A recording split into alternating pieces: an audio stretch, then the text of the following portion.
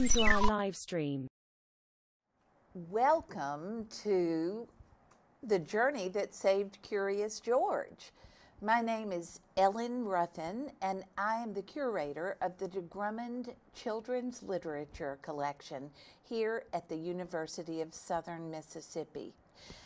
In just a moment, you will see the true story of H.A. and Margret Rey. Actually, the title of the film is Monkey Business, the true story of the creators of Curious George.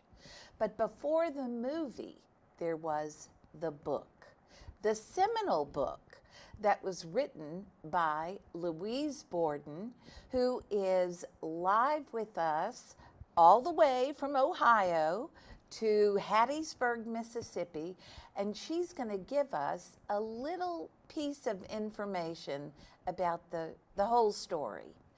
Louise, welcome. Thank you, Ellen. I'm thrilled to be a part of this celebratory event, and everyone is going to love the film Monkey Business. It will show the energy and the lives of the Reys, heroes to me because I'm a children's book creator myself. And when I heard that the creators of Curious George had escaped on bicycles from Paris at the beginning of World War II, I was immediately drawn to that as a writer and as a fellow children's book person. And so I embarked on some research, years of research that took me through the Grummond Collection and on to France. And I feel like of all of my books, this is the most important book because it sets the record of really courage and creativity in wartime. And the Rey's story is a quintessential American story. Immigrants coming to America, fleeing from wartime, and then sharing with the world their beautiful creative talents. Wonderful. Louise, one question for you. You said of all my books, how many books? I think I've written 31 books. I knew there were quite a few. Yes, And your books. I might add that your papers reside here at the Grummond Children's Literature Collection. So not only are you a renowned author, you are our great friend. Thank you, Ellen. Louise, do you happen to have a copy of the book? I do. The Journey That Saved Curious George was published in hardcover and in paperback and in a young reader's edition in 2016. But the original was published in 2005.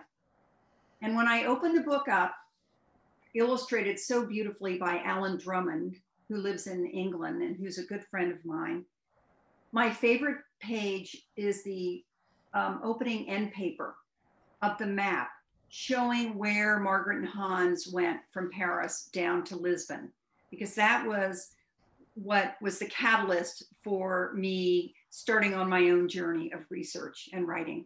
This has been so fun to have you, and I'm looking forward to seeing Emma's film, Monkey Business, the true story of the creators of Curious George.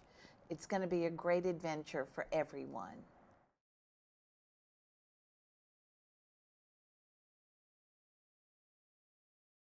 Well, we are indeed thrilled to have Ema Ryan Yamazaki here with us, the director of Monkey Business, the true story of the creators of Curious George, all the way from Japan. The miracle of technology brings her here with us today.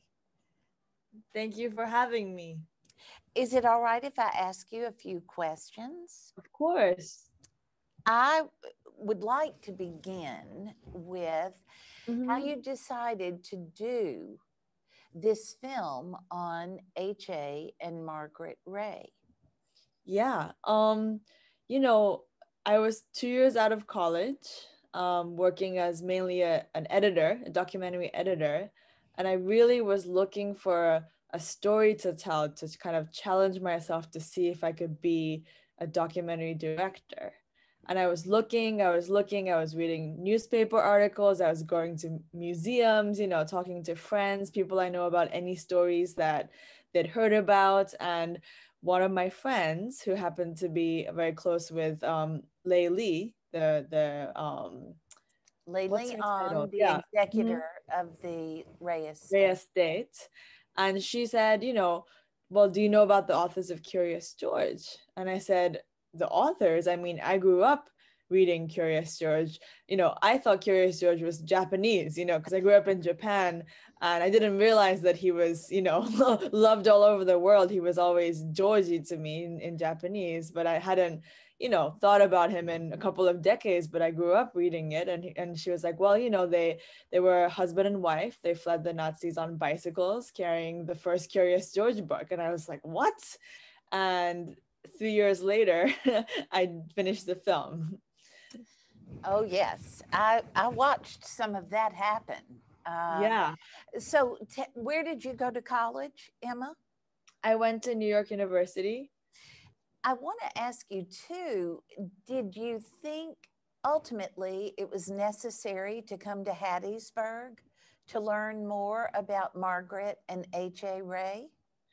The fact that something like the Grummond Collection existed, where pretty much everything was in one place, that was a true gift. And I think I didn't even know it at the time, and how flexible and how supportive that everybody there was, because I've since done research projects and films where it's not as convenient, it's not one place, everyone owns different things and they don't want to really share, and these kind of things. And I was spoiled in a way.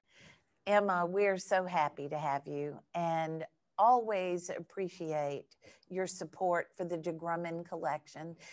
As you speak of the Grummond Collection and of special collections here at McCain Library, it fills me with great pride, because I think we do try to provide the best for our patrons. So thank you for that. And I will spread the word to my colleagues. Yeah, please say hi to them. And we will be back. Even my husband has never been, and we always talked about going. And even when I went back for the Japanese exhibition, he couldn't come. And there's definitely a trip down the line for this. So please stay put, please stay there, take care of the collection, and we'll be back.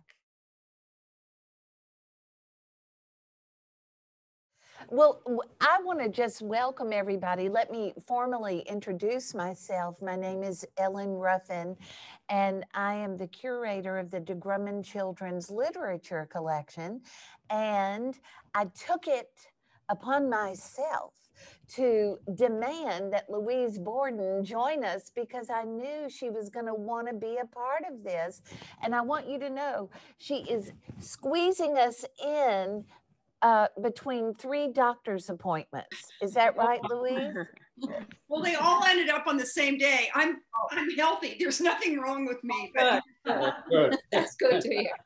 Good. So I've been rushing around in the rain, but I was thinking as it was pouring rain that it was raining when Hans and Margaret left Paris on that rainy morning. And I was driving in a car with my cell phone, and they were on bicycles with their with just a few belongings. And it's just remarkable to me that they can carry, book dummies in their bicycle baskets, the way creative people carry their work around. Why don't we begin, since Margarita and Bent are here and they're my connection, why don't we just have introductions around, okay? So you guys begin. Hello, everybody. My name is Margarita Gerborg. This is my husband, Bengt. Hi. We live in the United States, outside Cleveland, but we both grew up in Sweden. Yep. I never met Uncle Hans, as we called him, my sister and I. And so I will tell you my connection with Uncle Hans. My grandmother was his sister. Her name was Margareta Rey, yes. And this is a picture of her that Uncle Hans made. Oh my goodness. She was let's see, she was 22 years old here.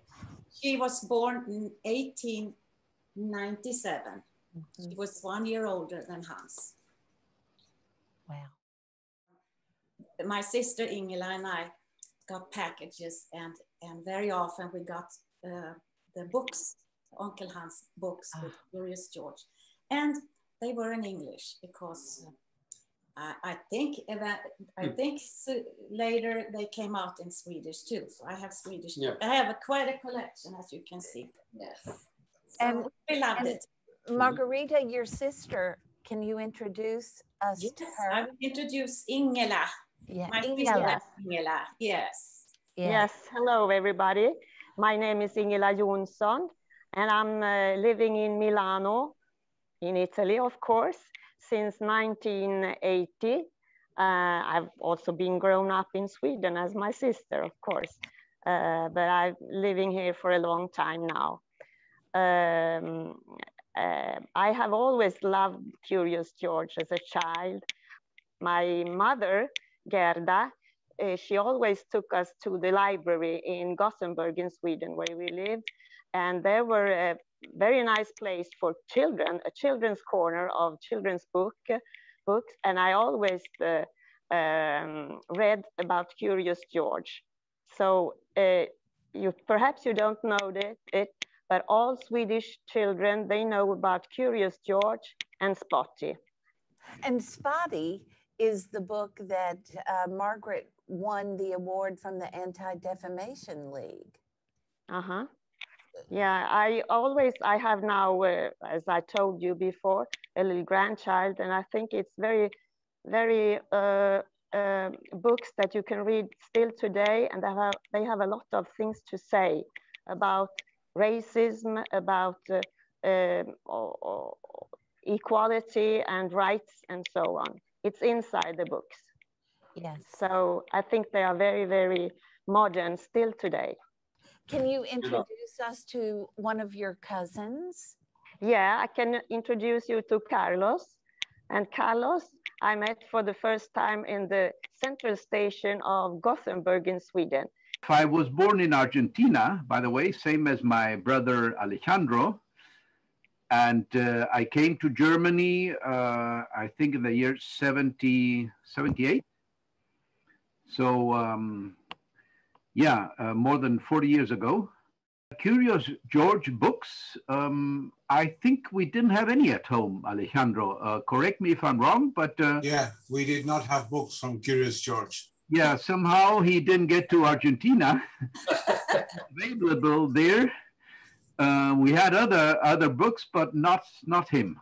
So the first time I learned about him was much later in life, when I visited my grandmother, maybe in the beginning of the 70s, that she told me about him, and she gave me a picture he had painted, he had drawn.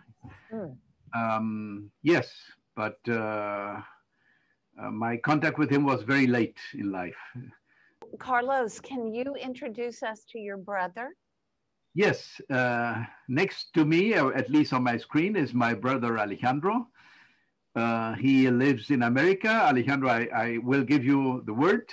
You can introduce yourself. So thank you, brother Carlos. We are an international family. So Carlos is in Germany with my sister, and my younger brother is in Australia. So I was born also like Carlos in Argentina in 1950. So you can tell I'm 71 years old. And Carlos is right. While we were growing up in Argentina, we didn't hear about Uncle Hans or our grand Uncle Hans. But I remember going to Rio many times during the 50s and 60s, and staying with my grandmother in my grandmother's house. And occasionally she would mention that she had a brother in the United States that was an artist, but that was it. However, this is a very interesting book, but as you can see here on this page, you can read there on the top page, you can read his name. I hope you can read it there. Yeah, we can see it. Yeah, and this is when he was, I guess he was a medical student, because it says Hans Reyersbach, student Medizin with a period, and it says Hamburg, Hansastrasse 22nd. I love this little book because I'm actually a member of the Naperville Astronomical Society and always liked astronomy. And this reminds me of my mother, who once came to visit me here, and I used to receive an astronomy magazine, and they had actually an article. This was probably in the mid 2000s or so, no, maybe late 1990s or so, when my mother visited me here in Naperville, close to Chicago. And we actually saw this article describing that granduncle used to go in New York. He had an apartment in New York. He used to go to Central Park with his telescope and was always surrounded by kids, and he would go over his book. You know, he published, I think, 1 or 2 books for kids on the constellations. Yes. Also have at home, by the way, which is an excellent book. That he did a great job with those books. So that's a little bit of my story, if you will. Do we have another cousin? Yes, I would like to now introduce my cousin on Edith Landman's side, who was the sister of my mother, and he is living in Brazil. So Jimmy, go ahead, please. Unmute yourself. Okay. As I said before, I knew about the story because my mother and my grandmother always told us, and I actually met Uncle Hans, but first time I was a small child in Sao Paulo, and the second time I was in Rio. The mother, I can't place the dates, but it must have been 40s or perhaps early 50s, I don't know. And he was always drawing things. And I don't know, my brother George perhaps has some more information, but you know, my brother George was always doing things, and sometimes I thought that perhaps he was the model for Curious George. But I don't know. George, are you there? Yes.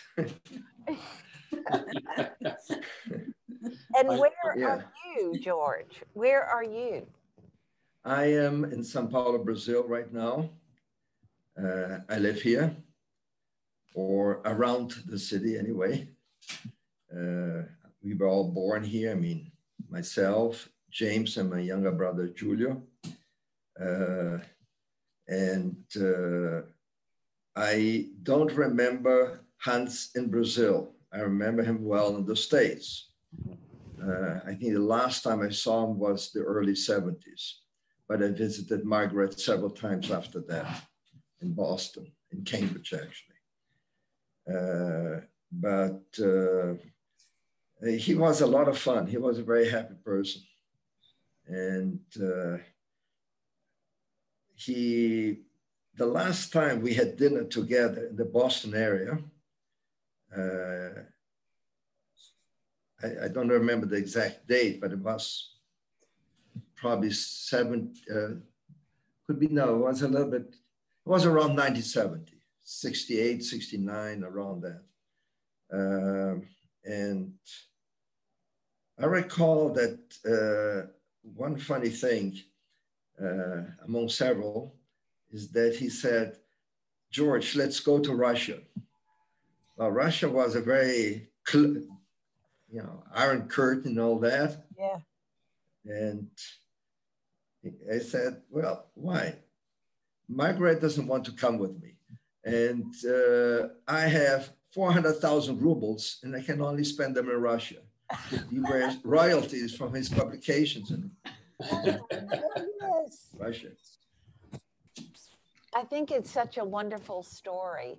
And it was very meaningful to me to have Margarita and Bent at the collection and show them things that they had not seen. It was such an emotional experience for me. I get very emotional when I'm showing it to people. For all of us, yes. Mm-hmm. Yeah.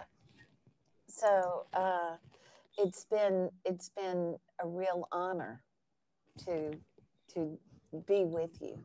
Thank you so much. Very happy. Very happy, and we'll meet again, I'm sure. Yeah. So Louise, what do you think? I think the film is amazing. And I think the fact that all of us around the world love and admire the Reys. All of the cousins, all of the children who read the Curious George stories, and the light of Margret and Hans shines into the 21st century. And it's a beautiful thing.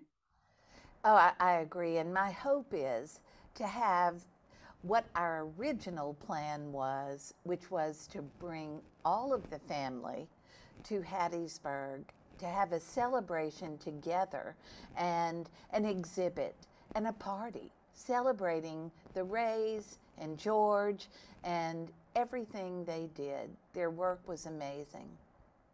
Thank you, Louise. Thank you so much.